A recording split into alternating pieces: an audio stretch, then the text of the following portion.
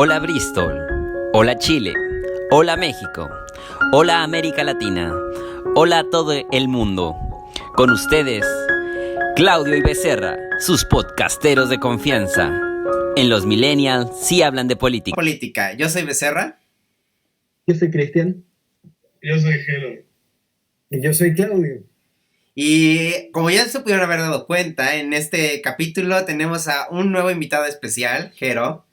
Como ya también se pueden haber dado cuenta, Chiris ya no es invitado especial, ya se quedó. O sea, Chiris ya sería completamente innecesario, más que para completar el cuadro y la gente que es obsesa con la simetría esté a gusto para quien nos ve.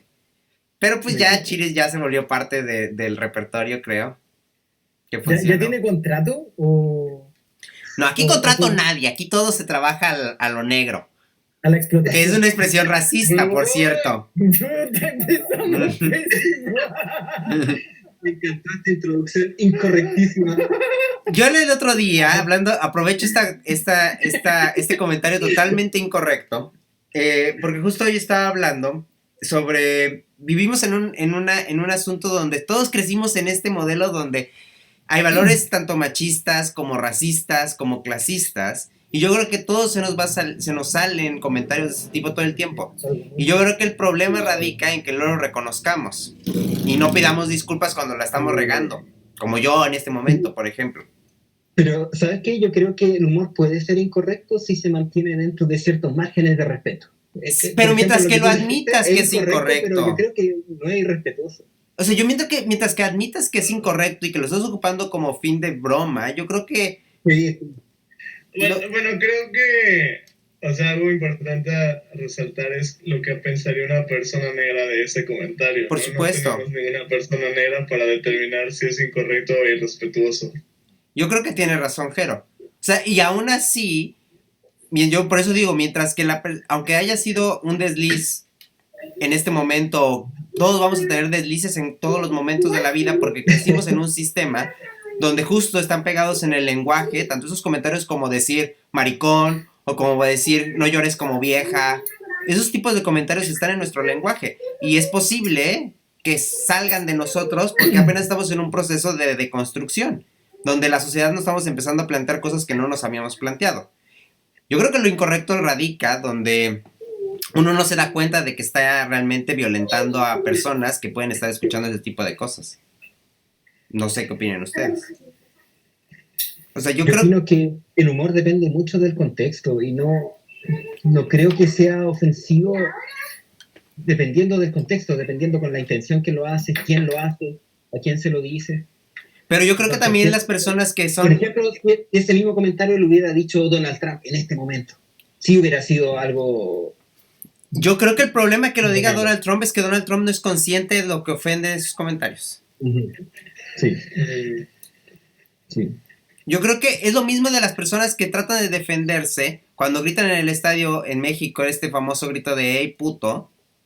Las personas que tratan de defender ese grito porque es algo cultural y que por eso está bien decirlo, ahí es un problema. Porque sea algo cultural no quiere decir que sea justificable. Sí, de acuerdo. Esa línea de las tradiciones es siempre muy peligrosa. Ahora, yo diría que al menos el lenguaje siempre va a tener un rol relativamente secundario. Hay un muy buen ejemplo de que en este mismo tema, por ejemplo, si un supremacista blanco empezara a hablar de afroamericanos, eso no lo hace menos racista. Es cierto. Es un racista igual, digamos. Y no podría empezar a usar una retórica más respetuosa. Bueno, perdí el hilo, sigan ustedes. Pero en esto de, por ejemplo, yo tengo una duda que está relacionado respecto a todos en este momento. O sea, nuestra generación millennial está pasando por un proceso donde nos estamos cuestionando muchas de las cosas en las que hemos vivido. Hay grupos, por ejemplo, el grupo feminista, yo creo que no de los millennials, sino las personas que han sido feministas durante años, se han planteado los paradigmas sociales desde hace mucho antes que nosotros. Pero es cierto que con las redes sociales los millennials hemos socializado más estos conflictos que otros grupos han tenido.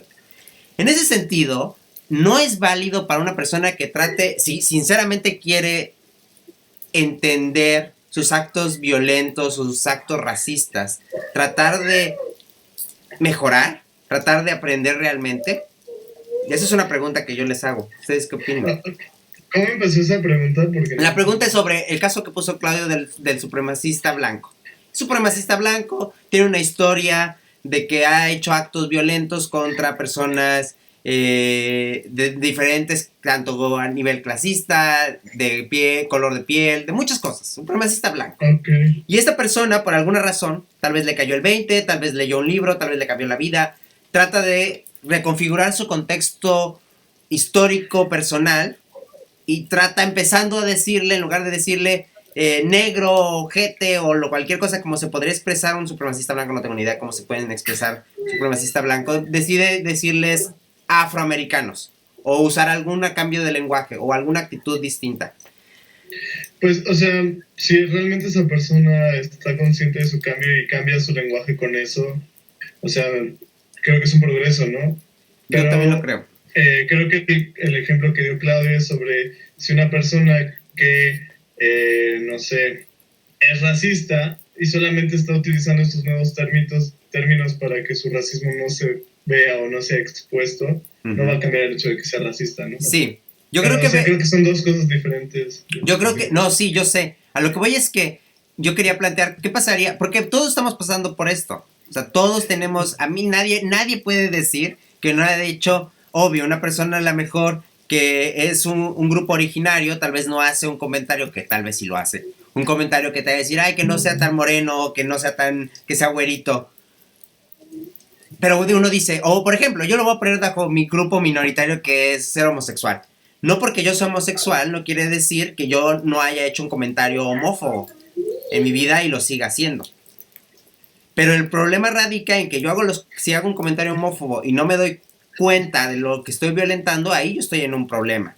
Pero si hago un comentario homófobo y reflexiono sobre este comentario y trato de reparar el error, ¿hasta qué punto todos tenemos que ser un poco más sensibles respecto a eso, de que estamos en un proceso de transición? Y si lo estás cumpliendo, y como lo dice Jero, si estás realmente tratando de cambiar o de construirte, yo creo que se vale cometer errores, digamos, en ese sentido, tanto de, sobre todo a nivel lenguaje, a nivel expresión oral. Ya cuando realmente estás madreando a un joto por ser joto, ahí ya estás en un pedo, y ahí no hay perdón que valga sin una consecuencia.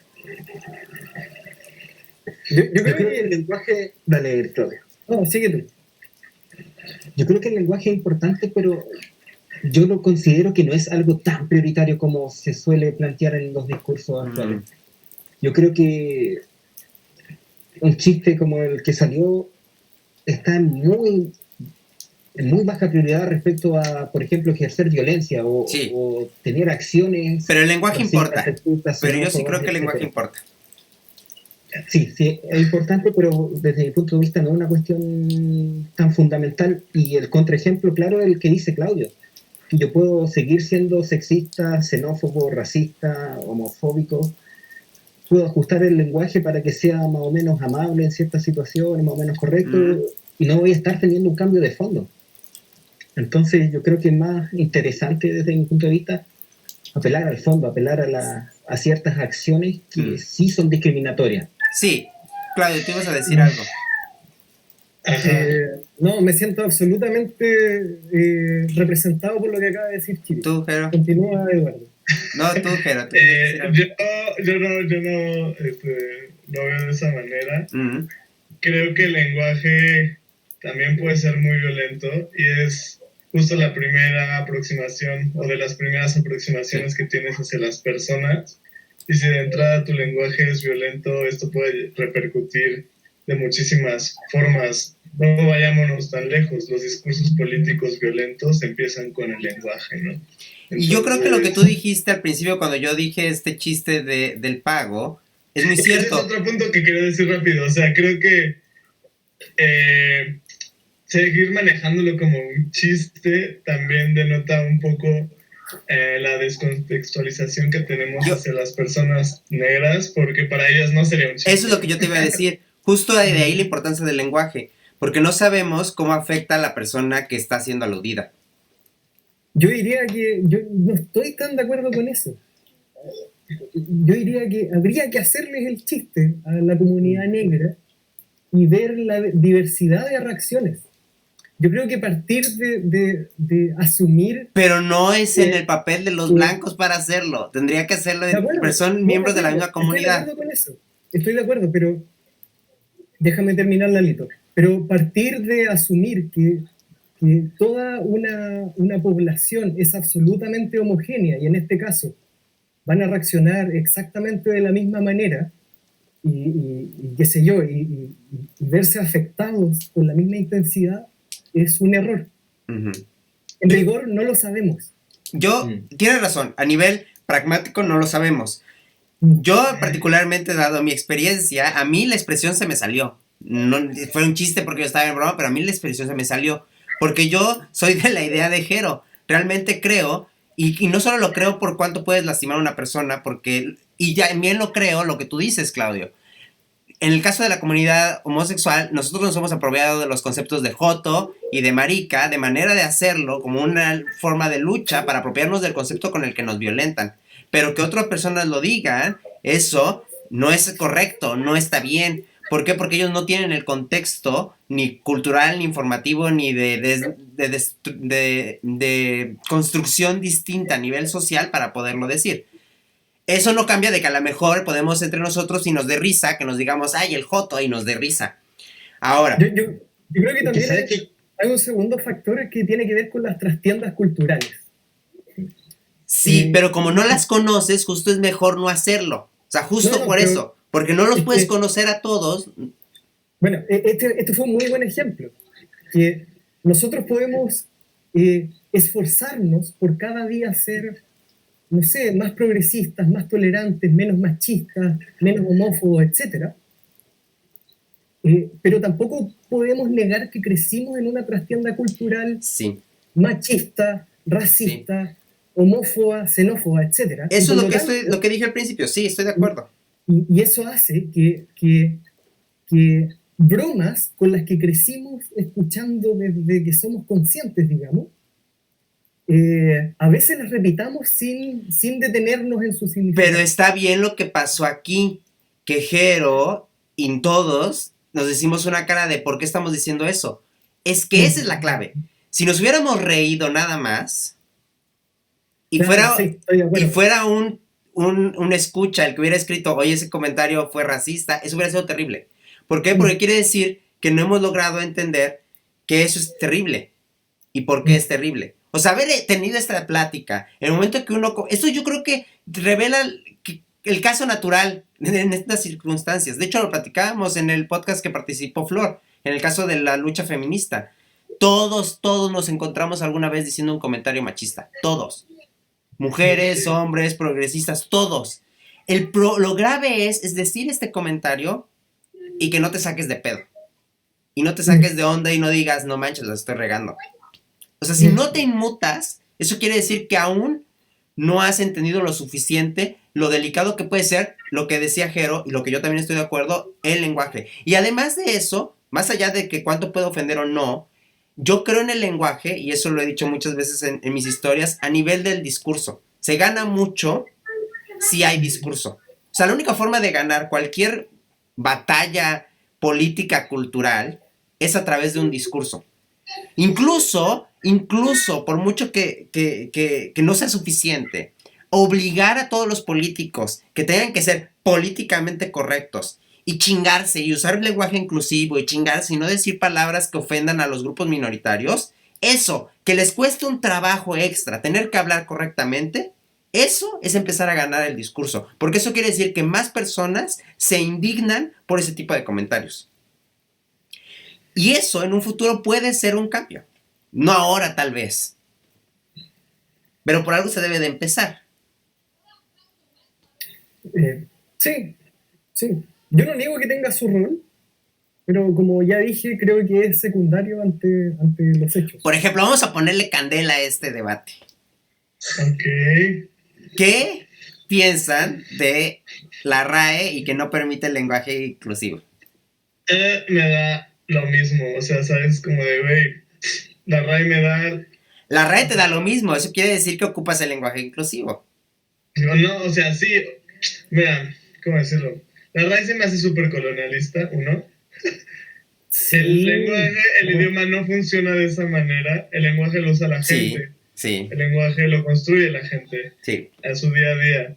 Entonces, de que quiera ver una, ¿cómo se dice? Como quererlo cortar y podar para que tenga una estética X o Y.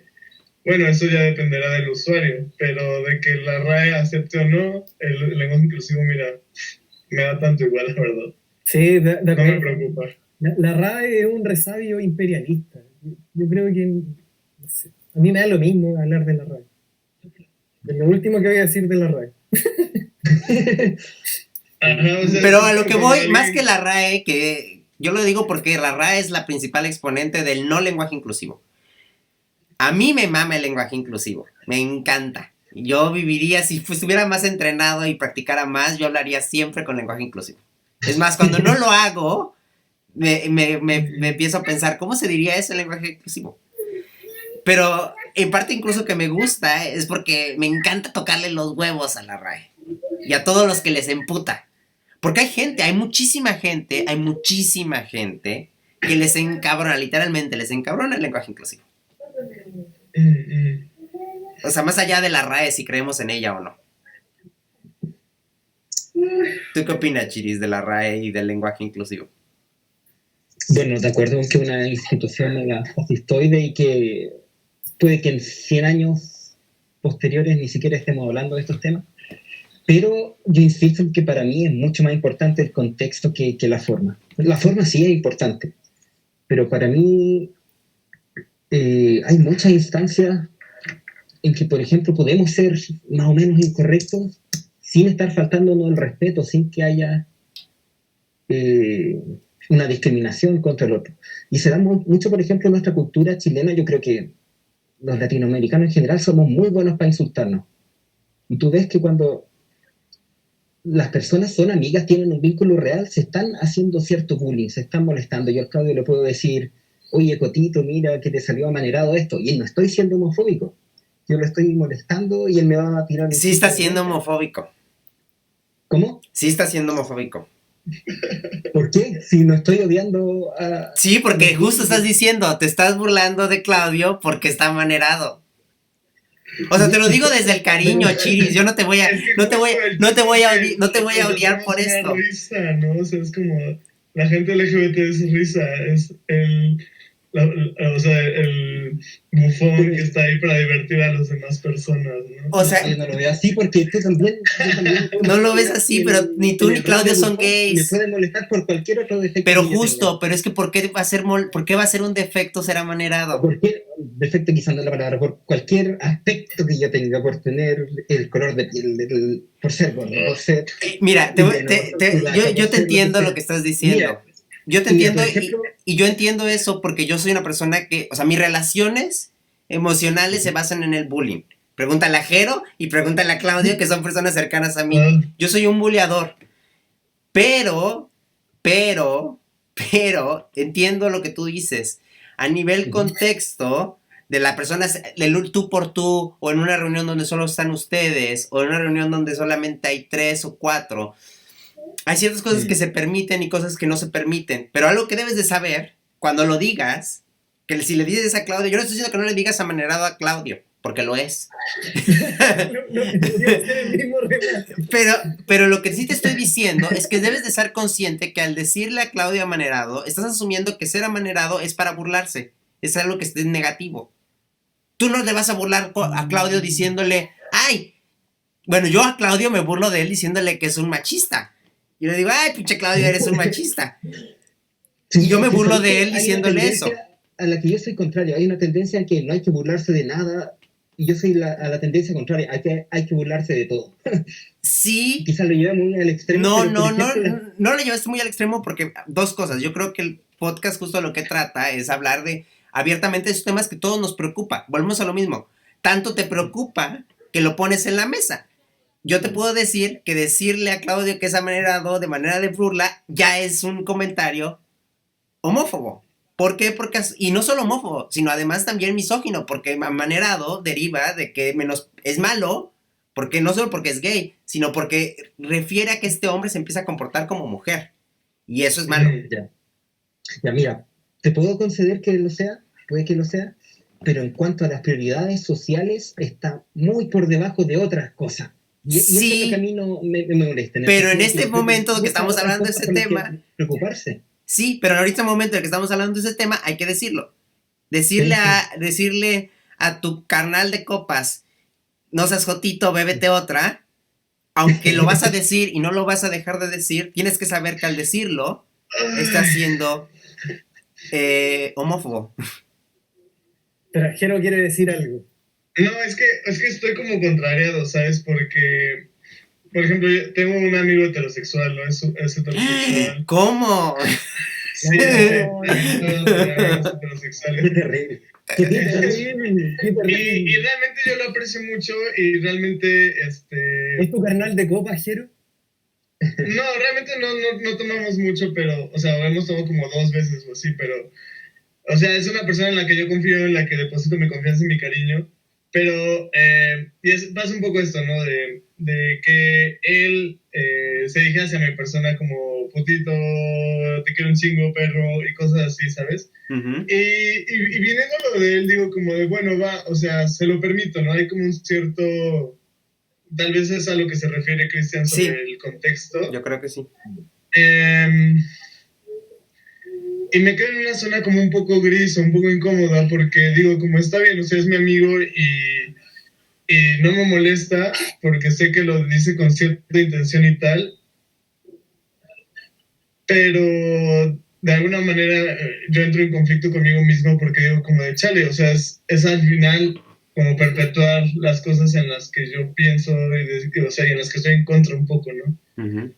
Entonces, no sé si somos un poco laxos en algunas cosas, porque también los contextos no son libres de ¿cómo se dice? No, o sea, hay ciertos contextos que van a dar buenos o malos resultados dependiendo de lo que está involucrado el ahí. corazón. O sea, está involucrado las emociones.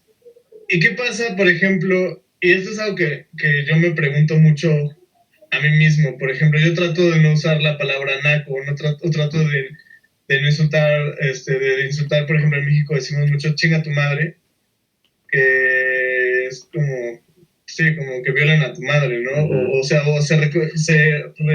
se utiliza mucho este recurso de insultar a la madre, de insultar el tono de piel y tal, ¿no? Entonces, a veces yo tratando de no querer insultar a las demás personas porque esos insultos son específicamente hacia cosas en las que yo ya no quiero reproducir, pero me encuentro en un lugar en donde ya no tengo palabras para sacar y expresar mi enojo y herir, ¿no? Que es al final lo que quieres hacer cuando insultas a alguien. Quieres herir a esa persona. Y está cabrón que las formas de herir a alguien más estén relacionadas con esas cosas, ¿no? Entonces, no sé, a veces me siento en ese punto. Voy a darle la palabra a Claudio. Voy a darle la palabra a Claudia y ahorita yo quiero también decir algo respecto a lo que dices. Yo creo que en general es importante en estos temas preguntarle a los colectivos y a las masas que están en cuestión.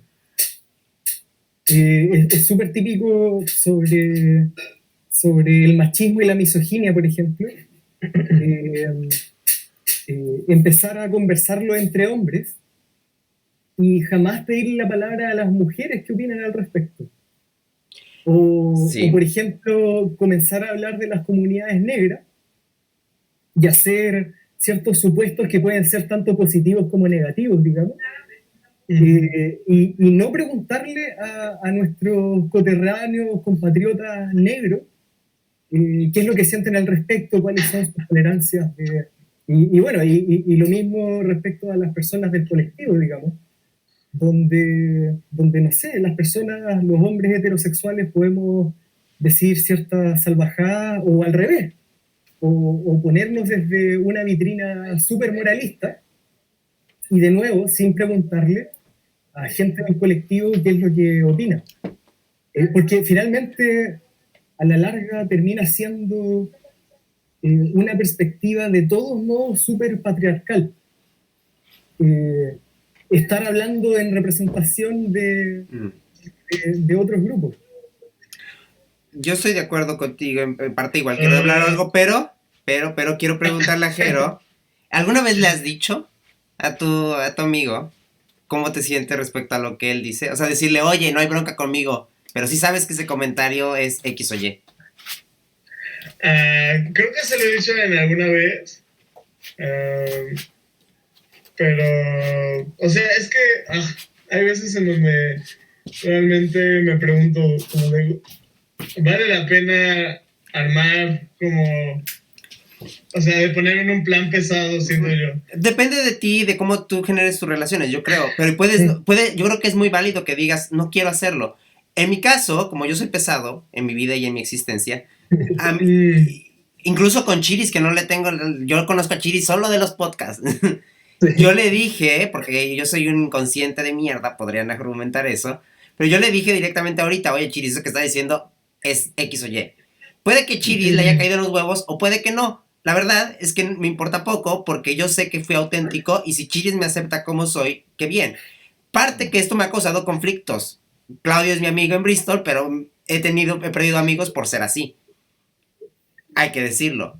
Pero yo en mi contexto, en mi forma de ser, yo digo, si he perdido amigos por ser así, me valen madre mis amigos. No eran mis amigos y punto. ¿Por qué? Porque tengo un umbral de condiciones, que alguna vez he platicado con Jero, muy claras.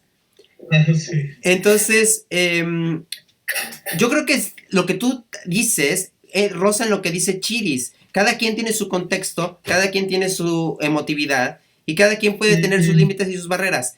En el caso del podcast en el que estamos aquí, que mucha gente nos escucha, sí hay que llamar la atención en las cosas para un público. Ahora, que eso se conecta con lo que dice Claudio. Es cierto que puede ser un acto patriarcal y un acto autoritario asumir que algo puede ser o algo no puede ser sin preguntarle a la persona afectada. Pero ahí juega un problema sistemático. Preguntarle a quién, a cuántos, a 1000, a 10,000, a 2, a 1. ¿Con cuántos nos vamos a sentir satisfechos? Porque yo te puedo decir que como miembro de la comunidad, el pensamiento sobre nuestros límites y nuestras barreras no es igual para todos. Yo he oído gente de la comunidad que defiende decir, hey puto, porque es tradición del fútbol. Y hay gente como yo que me emperra, que me parece una mamada justificarlo así. Justamente, estoy de acuerdo respecto a las heterogeneidades. A mí esa representación me resulta problemática, tal como, si es que por ejemplo en el contexto actual, una persona que no es negra le diga a esa comunidad, o una persona que no es de clase baja le diga a la gente que está protestando en Chile, oye, esa no es la forma de protestar. Pero creo que son cosas súper... ¿no? O sea, es en el sentido que, lo que está diciendo Claudia es en el sentido de que... De ordenar la voz. Ajá, decir que no, que algo no es correcto si tú no perteneces a ese grupo. Si es como quien se queja de que las mujeres no deberían de ser, las mujeres feministas deberían ser como las buenas feministas, las que no golpean, las que no rayan, las que no queman. No puedes saber, cualquier mujer tiene derecho de exigir sus derechos como se les venga en gana. Ok, aunque creo que tengo una posible respuesta a eso, y es un poco, o sea, los discursos que se han generado a través de las voces de estas personas, ¿no? ¿Qué es lo que dicen? ¿Qué es lo que señalan que les afecta? Porque muchas veces las personas que están políticamente activas y que se están cuestionando muchas veces esto, son las que producen los argumentos o las que señalan y dicen como esto nos está afectando de X o Y manera, porque tu amigo, el que defiende el uso de la palabra puto en el fútbol, pues seguramente no está inmiscuido, ¿no? Y a él no le va a importar si, no sé, discriminan a alguien más que no sea él, porque él de alguna manera va a estar alineado a cierta forma de pensamiento en donde él no va a performar tal vez como una persona LGBT libre, ¿no? Entonces, porque, si no le afecta eso, viene como unidas ciertas más cosas. Por ejemplo, una vez salí con un dude que era gay, ¿no? O sea, salió con él, ¿no? Y era el gay. Por lo menos de acción era gay. Ajá, o sea, yo no sé que era gay, ¿no? O sea, pero era el vato más macho que con el que he salido, güey. Así. Y entonces, o sea, el vato era como justo, ¿no? Sus amigos con los que salía a cotorrear eran heterosexuales, lo cual no tiene nada de malo, o sea, cada quien puede cortar sus amistades con quien quiera. Pero de alguna manera seguía reproduciendo estos discursos de, ay, no, es que las feministas no deberían quemar las cosas, esas no son las formas. Seguía diciendo cosas misóginas, tenía actitudes misóginas. Por ejemplo, una vez en una fiesta que estábamos súper cerca, o sea, porque vivíamos muy cerca, y fuimos a una fiesta que también estaba cerca, le dije como, ok, ya me voy, ya me aburrí, ya me voy, ¿no? O sea, quédate si quieres, ya no tengo pedo. Y entonces el vato así como de, no, tú no te vas, yo te voy a llevar hacia a la puerta de tu casa. Y es como de, ¿sabes? Okay. Como de, no, neta, no, o sea, no necesitas hacerla, güey. Una, soy hombre, no va a pasar nada, lo cual está muy culero decirlo. Por caminar 20 minutos a mi casa, ¿no? O sea, entonces, o sea, yo creo que muchas veces, o sea, a lo que voy con el comentario, Claudio, es que básicamente este tipo de personas que también son de esos círculos, ¿no? O de minorías o tal, no les va a importar. Pero a las personas que sí están en la lucha y que sí se dan cuenta y que observan cómo le afectan ciertas conductas o ciertas agendas políticas o ciertas manifestaciones de las personas que los afectan directamente a ellos, y no solo a ellos, sino a personas similares como ellos, son los que van a decir, hey, eso está mal, eso nos daña, eso nos violenta. Entonces, creo que de ahí podríamos decir que no necesariamente podría ser patriarcal decir como de, o sea, opinar de lo que dicen las otras personas, porque yo como hombre digo como, hey, las feministas están diciendo que este tipo de actitudes son las que las violentan de una cierta manera, oye, ¿no? Y este tipo de cosas son las que las están matando, ¿no? Entonces, ya tengo yo información de las personas organizadas políticamente que nos están compartiendo. Yo dije lo de las personas negras porque sigo activistas negras, afro en Twitter, y eso es justo uno de los primeros puntos que ponen, ¿no? O sea, dices que no eres racista y estás en contra del racismo, pero haces chistes de negros y te dan risa. Entonces, ¿en qué parte del contexto pasa de ser una cosa así? Por ejemplo, y eso es lo que yo quería un poco decir en torno o sea, lo que Chris decía del contexto. ¿En qué momento el contexto se vuelve bueno o malo? Si es una conversación entre nosotros en donde yo con mi amigo me dice esas cosas y yo digo como ja, ¿no? Pero entonces en ese contexto sale un screenshot. Si alguna vez somos unas personas famosas en este podcast y sale ese screenshot de yo tener esta conversación en donde no reacciono y no estoy diciéndole como de, hey, güey, lo que estás diciendo es violento, lo que estás diciendo es machista, es homófobo, tal. Entonces, o sea, aunque mi contexto con él haya sido muy particular, las cosas dejan de ser o no homófobas, las cosas dejan de ser o no racistas, xenófobas. Entonces, es a lo que me refiero, ¿no? Y que es un poco también lo que decías. El chiste de decirle a alguien amanerado no va a dejar de ser sexista y no va a dejar de ser homofóbico solamente porque la persona a la que se lo dices lo permita. Sí, y yo creo que ahí el asunto de la información y de que realmente si no quieres ser autoritario basta en con qué fuentes tú te alimentes. Muchos decían en el momento más de auge de la lucha feminista, decían, hombres, si te quieres deconstruir, si quieres cambiar tu pensamiento, hay mucha literatura, hay muchas cosas que pueden informarte, hay muchas cosas que si realmente estás interesado, te informes, leas y discutas. Tú hablaste de la palabra naco. Naco es una palabra que a lo mejor Claudio y Chiris no están muy familiarizados, tal vez sí, porque a lo mejor la han oído, pero naco quiere decir, eso lo han dicho muchos pensadores, que se ha discutido muchísimo sobre qué quiere decir naco, pero naco es una palabra clasista,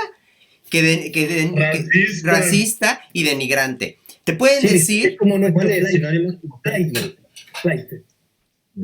Te pueden decir lo que quieran. De hecho, hubo una conversación en un noticiero que entrevistaban a un periodista nefasto y que refería que los que habían votado por Andrés Manuel eran nacos. Y él decía que él, bajo su definición, que se la sacó del culo seguramente, pero es la que él dice que él sigue, yo en mi definición digo que naco es solamente la persona que no estudió. Esa es su definición, esa es la que él cree, pero no importa, porque él no es un especialista, él no está en la discusión, él no está en el debate. Se sabe, se conoce y se entiende en el contexto mexicano que naco no quiere decir eso. Naco es una palabra cargada de mucho racismo y mucho clasismo. Y decirle a alguien es peyorativo decirlo y usarla. Punto, no hay más. Tú puedes discutir lo que tú quieras, tú puedes decir que entre tu grupo de amigos naco es buena ondita, tú puedes decir lo que tú quieras. Pero a nivel de la lucha que se está llevando para tratar de visibilizar un poco todas las actitudes racistas que existen en México, porque llevamos muchos años ignorándolas, asumiendo que el mexicano no es racista, se sabe que naco es racista y clasista y denigrante.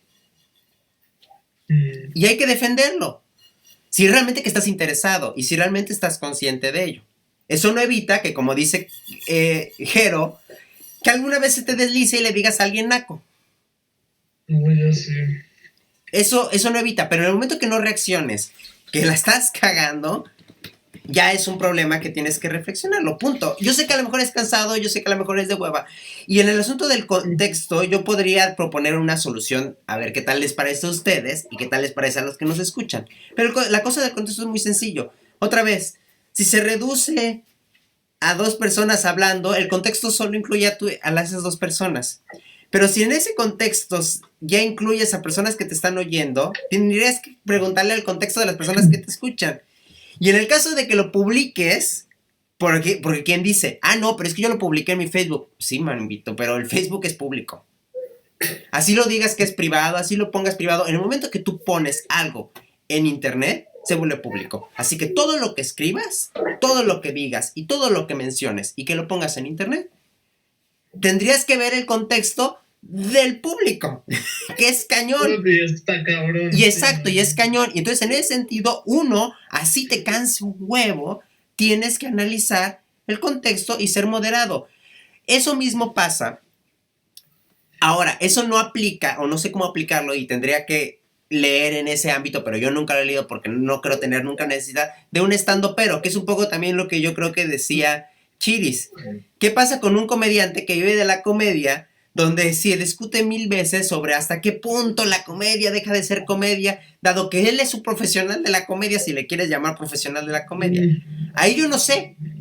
Para mí me sigo ofendiendo y yo pongo... Sí, hay debates filosóficos en torno a eso y que puedes tú utilizar como recursos de comedia y que no. No, por ejemplo, tenemos a Sofía Niño de Rivera, una mujer que hace stand-up en México, que viene de un cierto círculo socioeconómico, que tiene ciertos privilegios por ser una mujer blanca, y justo, por ejemplo, burlarte desde ese privilegio hacia situaciones en las que jamás has sufrido y que probablemente a personas sí les afecta, está cabrón, ¿no? O sea, y yo lo digo porque yo llegué a ver sus stand-ups y me daban risa, ¿no? Sí, a mí también. Está cabrón, pero ya después que te quedas pensando es como de... O sea, las cosas que llegan a dar risa también son cosas nefastísimas. Pero de ahí también agredirla, yo creo que eso ya es un extremo. O sea, que tú estés de acuerdo... No, agredir. Exacto, sí. Pero no lo digo porque hay personas que se van al extremo y agreden a Sofía por lo que dice y por las bromas que hace. Yo creo que ahí está en el punto de que, yo no lo quiero consumir. Por ejemplo, Chiris, a ver, yo quiero preguntarte algo. Bajo tus conceptos, tu gama de cosas, si tú estás viendo algo en la tele o en Netflix o YouTube, ¿qué cosas son tan fundamentales que si lo oyes, lo ves o lo escuchas, dices, no puedo? O sea, esto va más allá de mí, no puedo y lo quito. ¿Qué son las cosas que tú has hecho alguna vez o que antes no lo hubieras hecho, pero ahora a lo mejor sí? Es interesante porque tiene relación con la complejidad lo complejas que son las relaciones humanas. Uh-huh. Yo creo que quizás mi rango de tolerancia es más amplio, en el sentido de que yo estoy en contra de la violencia, soy una persona pacifista, pero me encantan las películas de Tarantino. y que haya violencia y ver que se disparan y que se matan. Entonces, yo insisto en que el contexto, no quiero ser majadero, pero influye demasiado. En el sentido de que yo, ya, quizás puedo dejar cosas fuera cuando son, no sé, extremos de pedofilia, si es una película nazi o un producto... ¿Ves? Esos son tus límites. Ese es mi límite. Quizás mi rango de tolerancia es más amplio. Y está bien, pero tú tienes también límites. Pero insisto en que en el contexto actual que estamos viviendo, la enorme preocupación por la forma, que sí es importante, estoy de acuerdo, puede dejar de lado temas que son más importantes. Y eso es lo que a mí me preocupa. Sentido, por ejemplo, acá tenemos temas con los inmigrantes. Y tú cuando vas a la feria, a Estación Central, a lugares populares, tú ves que los inmigrantes son amigos de los chilenos cuando se están insultando dentro de un margen de respeto, cuando se están diciendo, oye, mamahuevo, oye, vergación, y el chileno lo gobean porque perdió un partido, y hay ese intercambio de insultos dentro de un marco de respeto que te hace crear vínculos. Yo creo que hay una diferencia radical entre esas dinámicas y el hecho de que yo no contrate, por ejemplo, a inmigrantes, o los contrate y les pague menos, Totalmente de o acuerdo. lo insulte en la calle despectivamente, ¿cachai? Entonces, por eso para mí esta discusión es interesante hasta cierto punto solamente, en el sentido de que ya sí, como sociedad, debemos quizás elevarle un poco el nivel, a ser más respetuosos, más amables entre nosotros, pero yo creo que el quedarnos solo en la forma, solo en el lenguaje, es incluso funcional al sistema, puede ser. A ver, yo creo que respetuoso es una palabra truculenta, y ahí es donde yo también coincidiría. Uno no puede esperar siempre ser moderado toda la vida, pero sí ser conscientes. O sea, hay que ganar las batallas de la conciencia. Esta conversación que estamos teniendo en el podcast contigo, Chis, tal vez no es para promover a lo mejor ser respetuoso, o con Claudio de que deje de ser heterosexual blanco privilegiado. Ya afeminado en este... Y afeminado a la vez. Claudio es un poquito ambivalente. No sé, es una cosa rara. Pero a lo que voy es que sí ganar la cosa de las conciencias, porque al final uno, cuando está consumiendo contenido en internet, que yo creo que es el perfecto puente para pasar al siguiente tema, que aunque no lo crean está relacionado, si no ganamos la batalla de la conciencia, nos va a seguir dando pavor que todo sea permitido, y que vamos a requerir que, dado que internet es un marco tan amplio de personas hablando y de personas escuchando, a veces nos da esta desesperación de que habría alguien, algo o de alguna forma poner límites y llegar a un punto de censura. ¿Por qué? Porque confiamos en que no todas las personas tienen la misma conciencia que nosotros. Y nos preocupamos por ellos. Mira, antes de pasar al siguiente tema, yo creo que aquí hay algo como bien fundamental respecto a como las jerarquías de la violencia, digámoslo así. He hablado poco porque me siento bien representado por lo que ha dicho Chiles. Respecto a cómo uno prioriza esos hechos, y que por ejemplo, en todo este momento no hablamos de asesinatos, y no nos detuvimos a hablar de que el detonador del nuevo alzamiento social en Estados Unidos fue el asesinato a George Floyd, o no nos detuvimos a hablar sobre la hipocresía de las culturas latinoamericanas, en donde, por ejemplo, en Chile vimos nuestras redes sociales llenas de imágenes negras, pero donde la respuesta por el asesinato de Alejandro Trujillo no es exactamente la misma. Yo creo que ahí radica la importancia igual de cómo uno prioriza la violencia, en que a mí me parece que estamos ante un problema de construcción social cuando está en la misma gama de prioridad si le hago una broma para presentarme y decirle a un latinoamericano mamahuevo, a el asesinato de comunidades amerindias, indígenas, o de, comillas, minorías étnicas. Yo creo que lo que dijo Chiris a mí me acaba de hacer clic en la cabeza y creo que tiene mucha razón.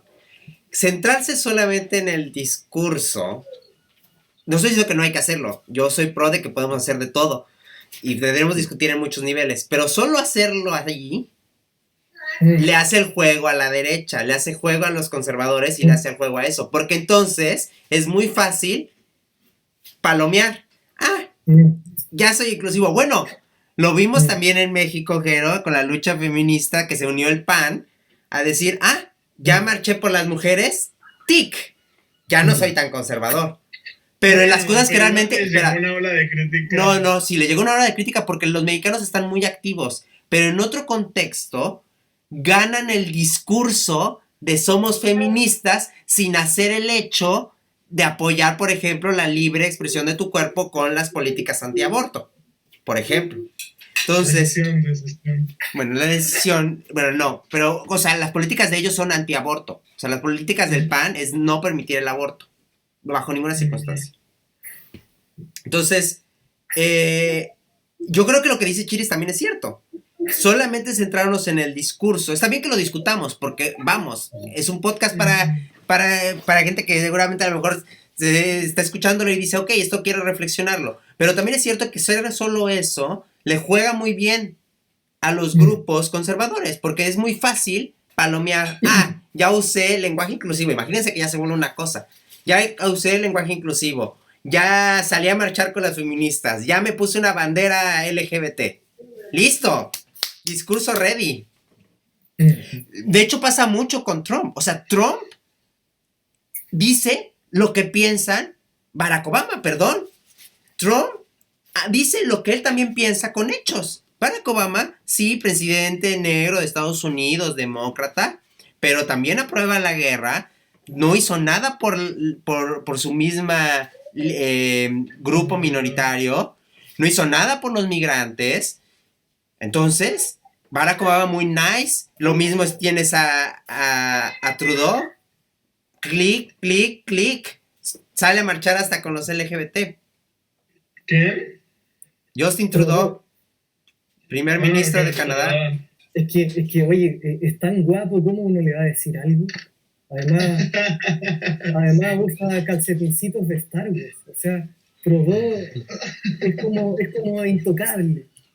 Entonces, lo que dice Chiris, yo creo que a mí me hizo mucho clic. Yo creo que está muy bien decirlo. No solo hay que hacer esto. Y en una situación, como dice Claudio, que detonó, o sea, otra vez, perdón chilenos que me escuchan, perdón chilenos con los que estoy platicando.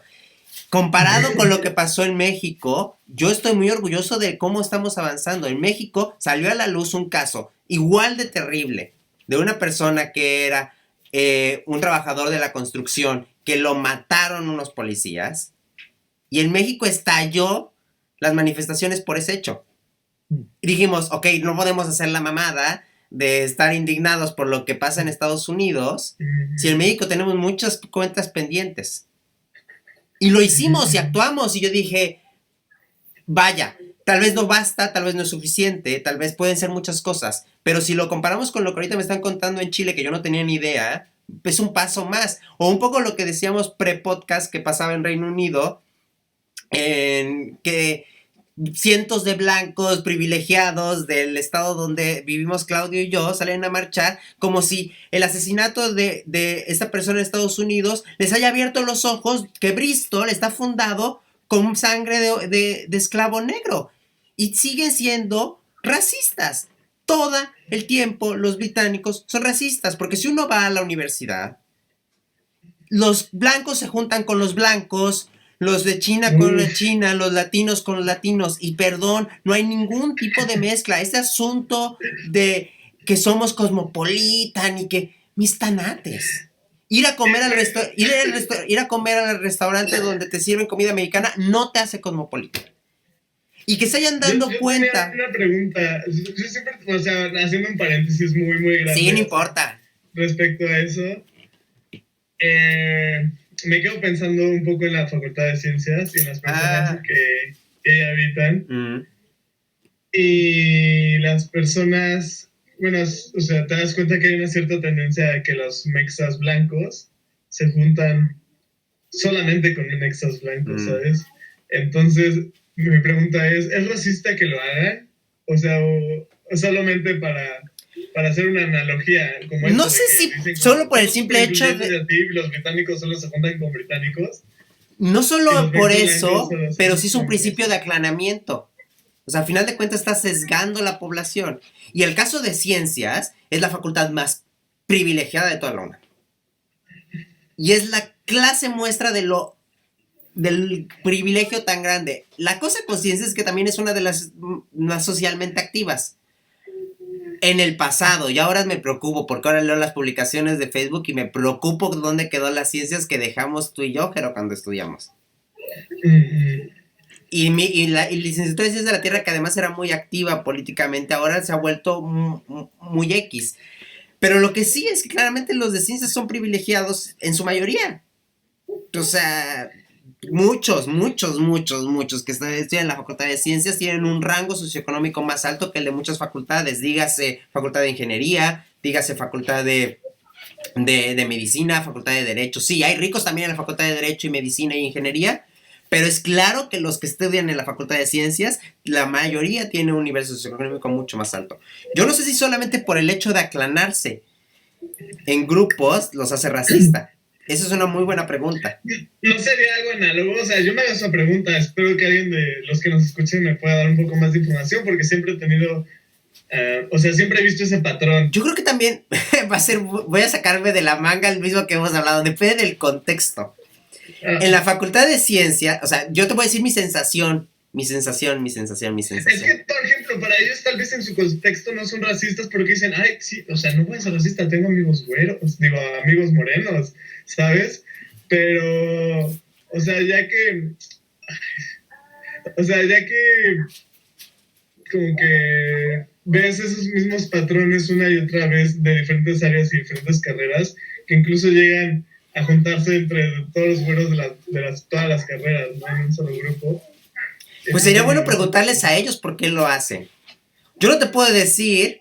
No, yo tampoco, no sé. Primero porque yo no tengo amigos, así que yo no me junto con mucha gente. Mira, a Claudito le acaba de salir una lágrima. Tengo muy pocos amigos, así que... Bueno, tengo a Joaquín. Joaquín es muy blanco. Debería de dejar de ser mi amigo, Joaquín. Lo voy a hablar. Joaquín es muy blanco para ser mi amigo. No lo sé, pero sería bueno preguntarles, aunque a mí me da la impresión que sí, un poco, porque ¿qué te hace no hablarle a una persona e incluirla a tu grupo? ¿Qué te hace? ¿Qué pasa por tu cabeza? ¿Lo haces tal vez? ¿Es algo tan inconsciente a lo mejor? ¿Está tan metido en tu...? Es un matiz muy grande, porque tal vez estas personas son también un poco de construcción y de hablar de temas y tal, pero en la práctica no se refleja. Pero si no te lo preguntas, volvemos a lo mismo. ¿Se lo han preguntado alguna vez? ¿Alguna vez lo han notado? Pues si no se lo han preguntado, entonces sí son racistas. Yo siento que ellos te van a decir que no. Si no se lo han preguntado, son racistas. Podemos poner esa prueba. Si no se lo han preguntado, son racistas. Era el paréntesis, ya. Solo quería ver si la situación era similar. No sé qué le parezcan a tus amigos, a Cristian y a Claudio. No sé si haya algo análogo allá. Según yo, Chile es muy blanco. Entonces no sé si haya... ¿Ves? Ese es el contexto. Yo no creo que Chile sea muy blanco. No, yo no creo que Chile sea muy blanco. Es lo mismo que los argentinos que creen que los argentinos todos son blancos. En Argentina no hay... Bueno, los de Buenos Aires, ¿no? Exacto, un asunto muy... Todos los chilenos, bueno, los que llegan acá son güeros, ¿no? Pues, no sé, yo lo que sé es que somos más de 80% de mestizos. El término mestizo me provoca mucho conflicto. Y también sé que más del 90% de los chilenos se dice blanco. Entonces hay como... Pero decirse blanco es racista. Por supuesto, o sea que el 90% se diga blanco es con todo el peso de la superioridad racial por sobre el resto de los latinoamericanos.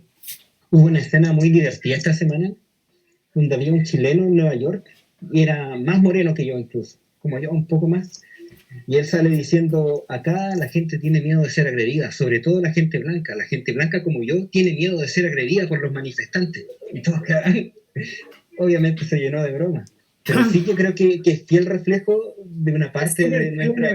Bueno, y además lo que dijo era terrible. O sea, además, fuera ya de que se asumió él como más blanco como la leche, lo que dijo es terrible. O asumir que los negros son unos, que los van a matar y manifestantes terribles, perdón, es como lo peor que pudo haber dicho. Eso es súper chileno, al igual que todas estas historias así como de decir...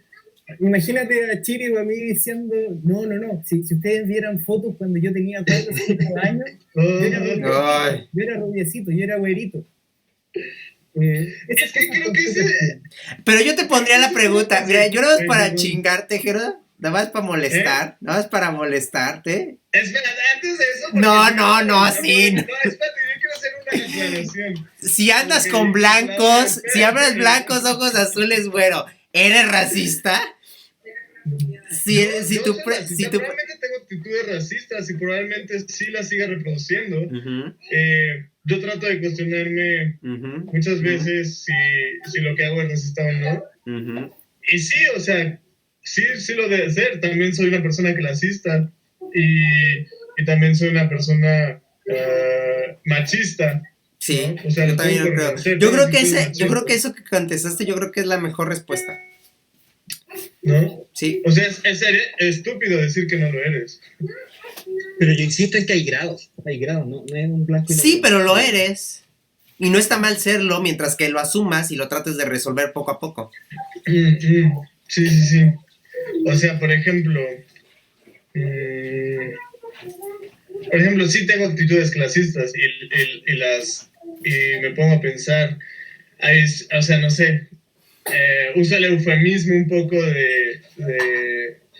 bueno, llegué a usarlo, ¿no? Ya trato de no usarlo, de decir como algo está medio ñero, ¿no? O sea, para referirme a algo que está de un gusto socioeconómico al que yo no estoy acostumbrado, ¿no? Hay cosas que digo como, sí, eso está medio de mal gusto, ¿no? Pero ese medio de mal gusto es una suavización también de decir que algo...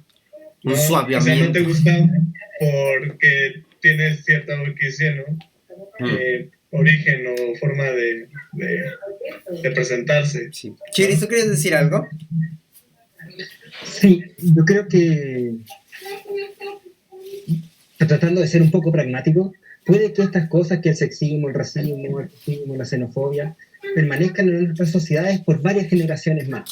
Sin embargo, yo creo que es muy importante que ya empecemos a ponernos serios con ciertos temas, por ejemplo, los temas legislativos.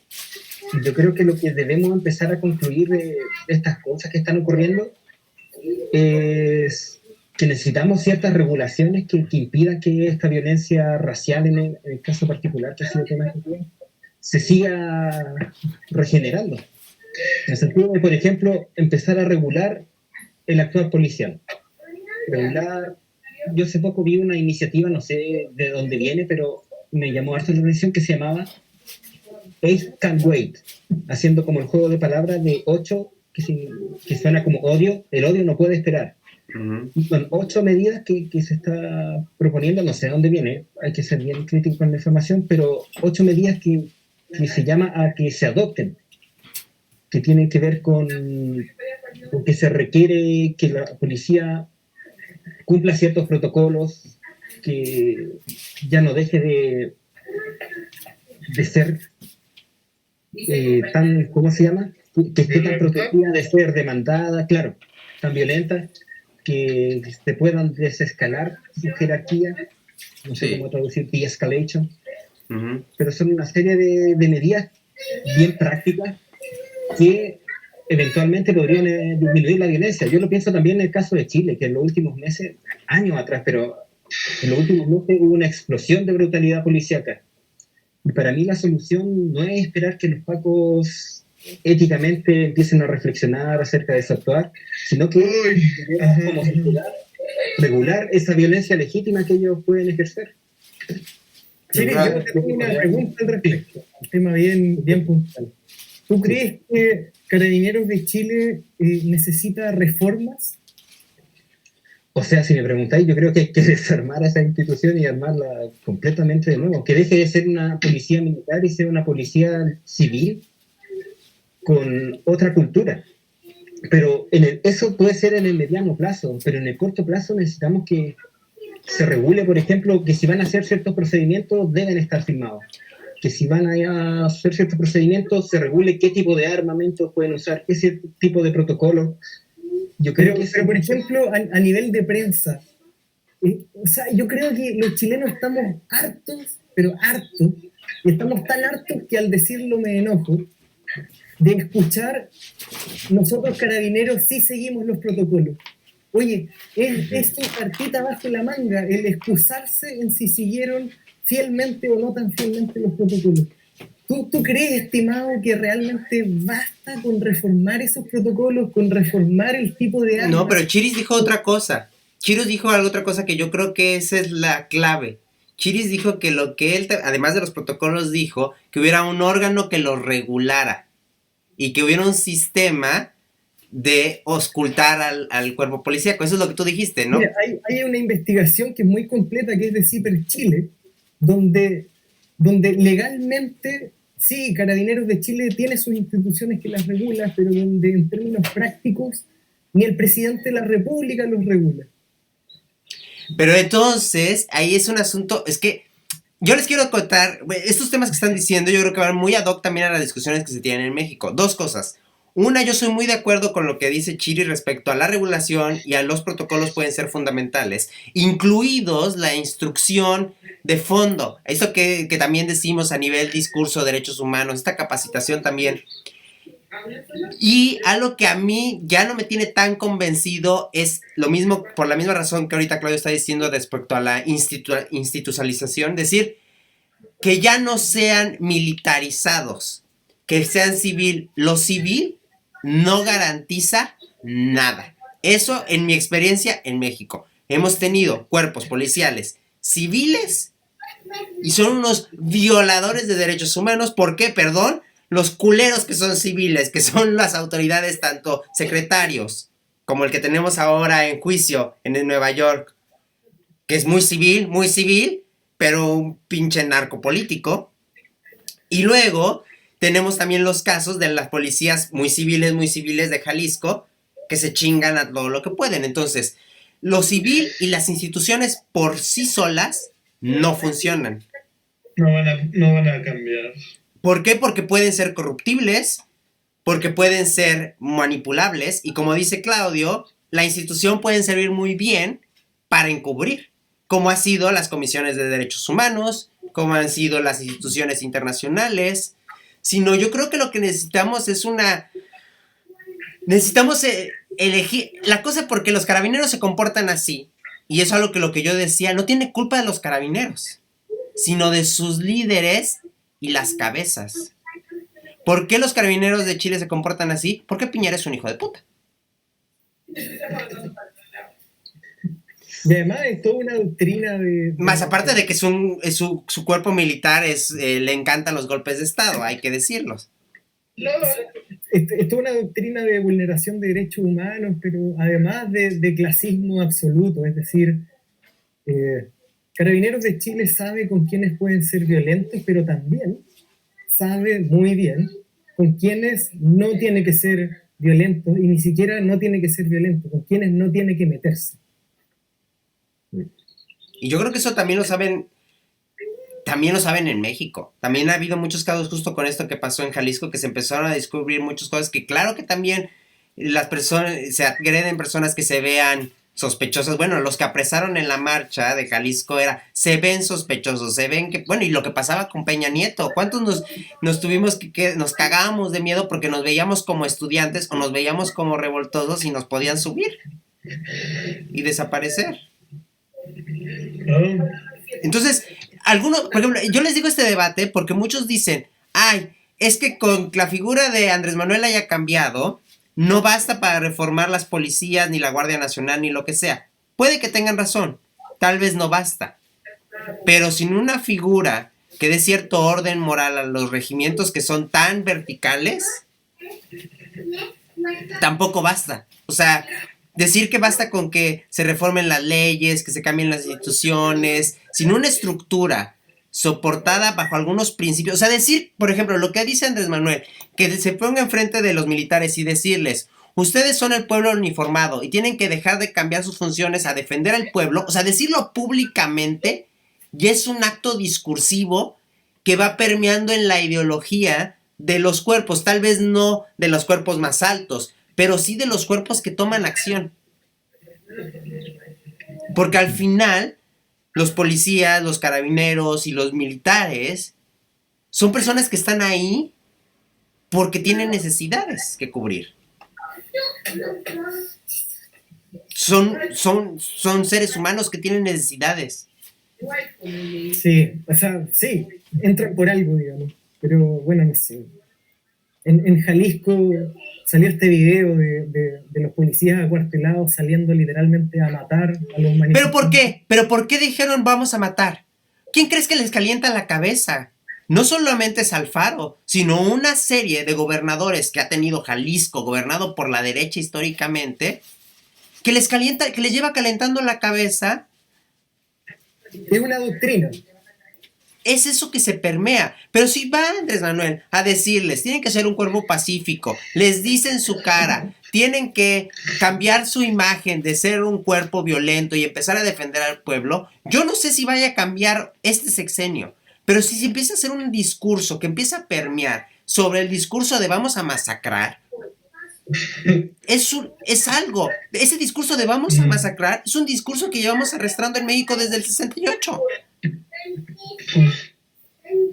No va a cambiar con 6 años de Andrés Manuel.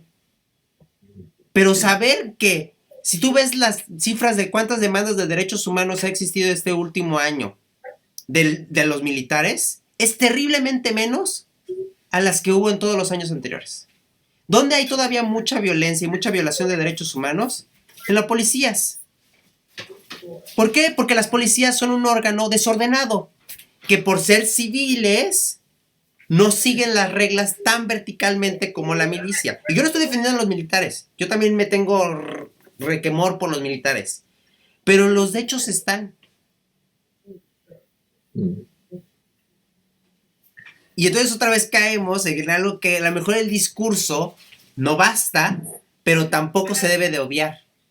O sea, el poder del discurso combinado no se debe de menospreciar. Dime, Jero.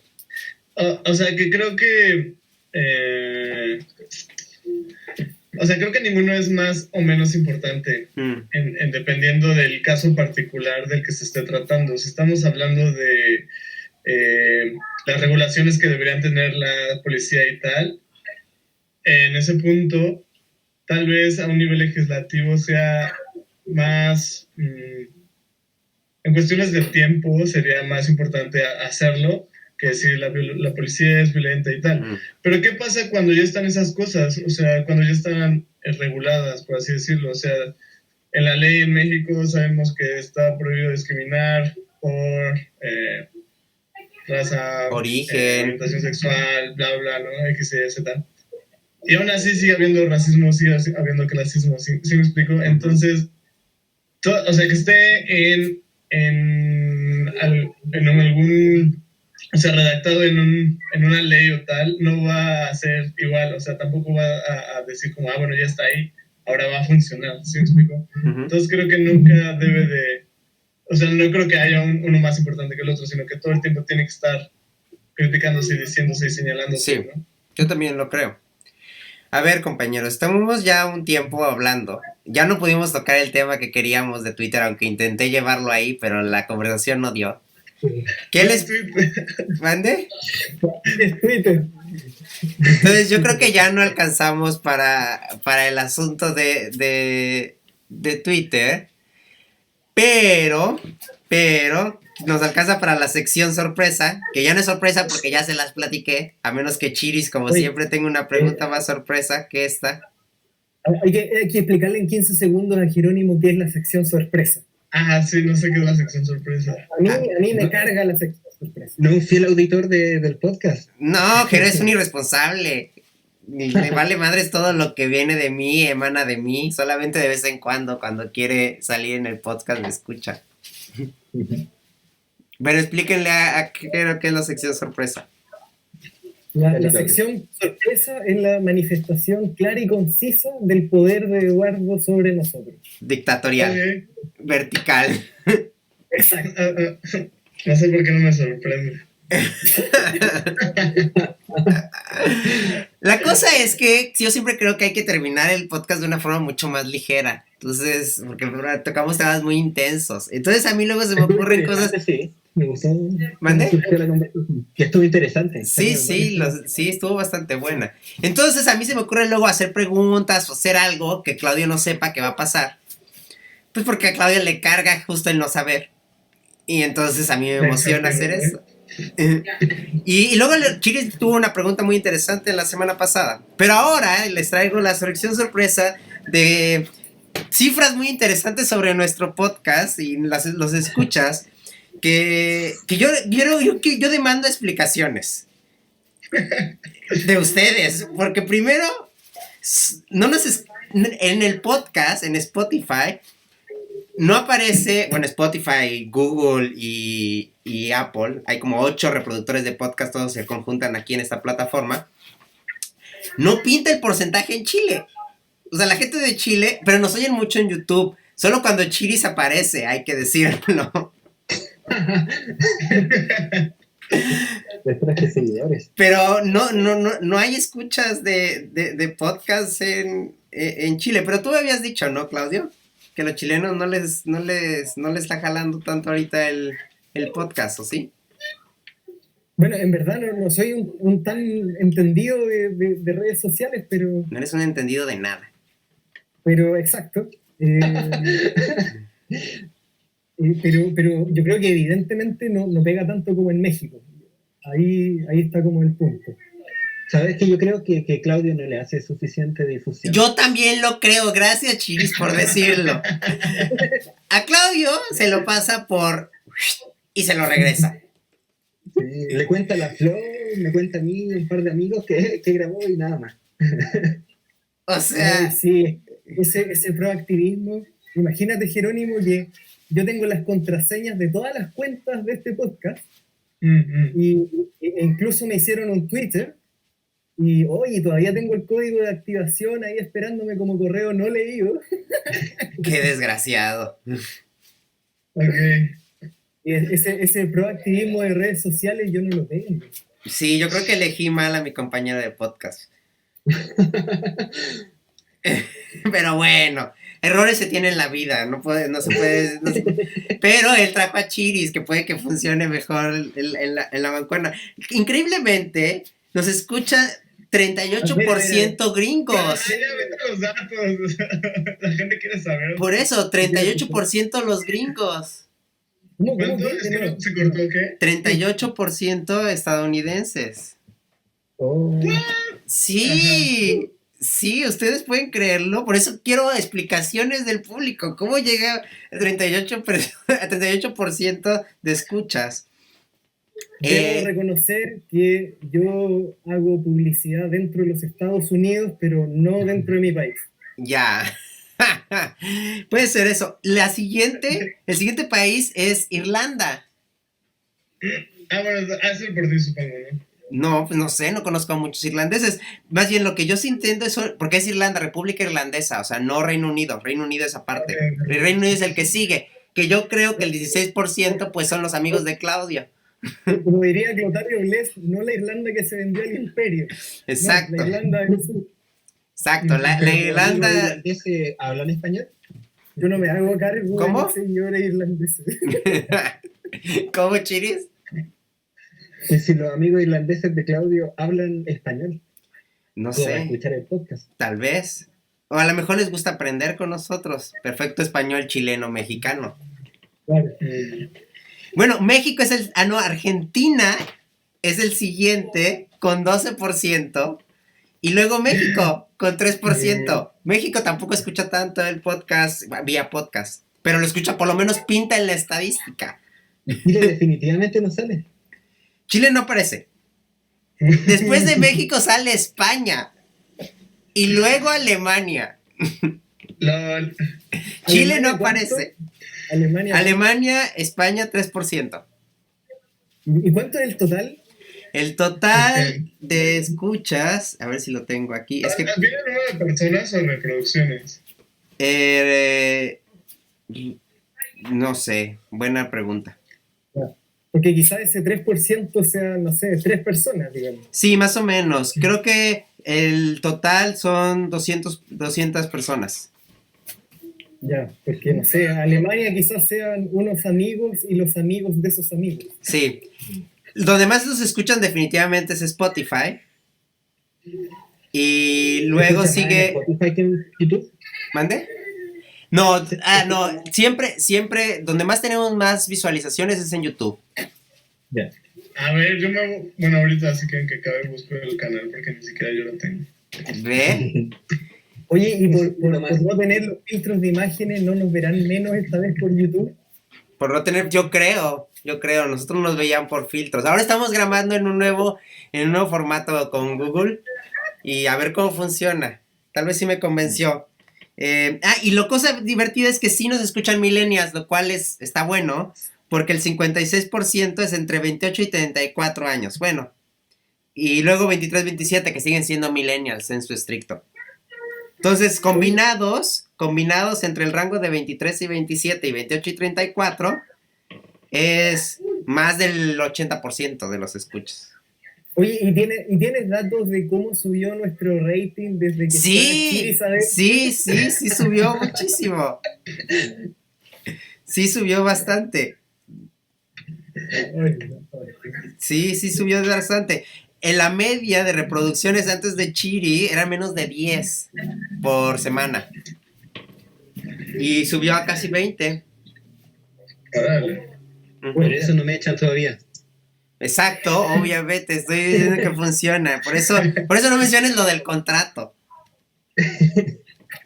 Bueno, ahora con toda esta cantidad de escuchas, podríamos preguntar, que si recuerden que hagan sus preguntas para que podamos contestarla en la sección sorpresa. Preguntas para nosotros. ¿Tú quieres hacernos una pregunta, Jero, fuera de contexto? De la sección sorpresa. Fuera de contexto. O sea, del que hablamos. De otra cosa totalmente diferente Sí, a lo que se te antoje. hemos estado hablando. Por ejemplo, de qué tamaño la tiene Claudio? Yo te puedo decir, ya la calculé, sin tener que verla. Matemáticas aplicadas. Matemáticas aplicadas. A propósito de temas incorrectos. Oye, no, si no tiene nada de incorrecto, pero fue en efecto un canal de entrada muy eficiente, digamos, ¿no? Cuando en una conversación de bar, Eduardo y su marido, a mí y a otro amigo, nos estimó tamaño y forma. Y fue impresionante respecto a la precisión. Oye, no, increíble. Sí. Entonces, desde ese día yo pensé, oye, este hombre... Ve penes cuando ve personas. Es como súper poderoso, entonces es mejor tenerlo de amigo que de enemigo. Puedo hacer un retrato hablado muy peligroso. Bueno, tú tienes una pregunta fuera de contexto, Jero. Ok, sí, tengo esta. A ver, si tienen una dona, Ajá. y la parten, o sea, imagínate que esta es la dona, ¿no? Ajá. Y la parten así, de tal modo que esta parte la superior de la dona, esta es la parte inferior de la dona, ponen mermelada en donde están mis dedos, y luego unen la otra dona así. Ajá. ¿Sería un sándwich de mermelada? Sí, obvio. No sé. A ver, ¿por qué sí, Becerra? Pues porque un sándwich es cualquier cosa que te puedas poner relleno sin mancharte tus manitas. Ajá, ok. Y luego, ¿qué sería una dona? Digo, sería un sándwich. Sería un sándwich yo siempre dona. he tenido conflictos con como que mi concepto de sándwich se termina hasta la amplitud de mi mandíbula. Eso podría ser una buena acotación. Ajá. Entonces cuando me presentan un sándwich de estos gigantes que les gusta mostrar en redes sociales, yo me imagino como haciendo así. Pero la amplitud de tu mandíbula a lo alto. Ajá, ¿qué tanto puedes abrir la mandíbula? Ah, claro. Porque a lo largo puede ser bastante amplio. Se va a acabar la batería, así que yo me despido en 30 segundos. Bueno. Estoy de acuerdo con Eduardo. Cualquier... Ay, no. En la categoría. Oye, pero la amplitud de la mandíbula es interesante, pero se puede entrenar. Solo es la falta de confianza. Se puede entrenar, solo es falta de confianza.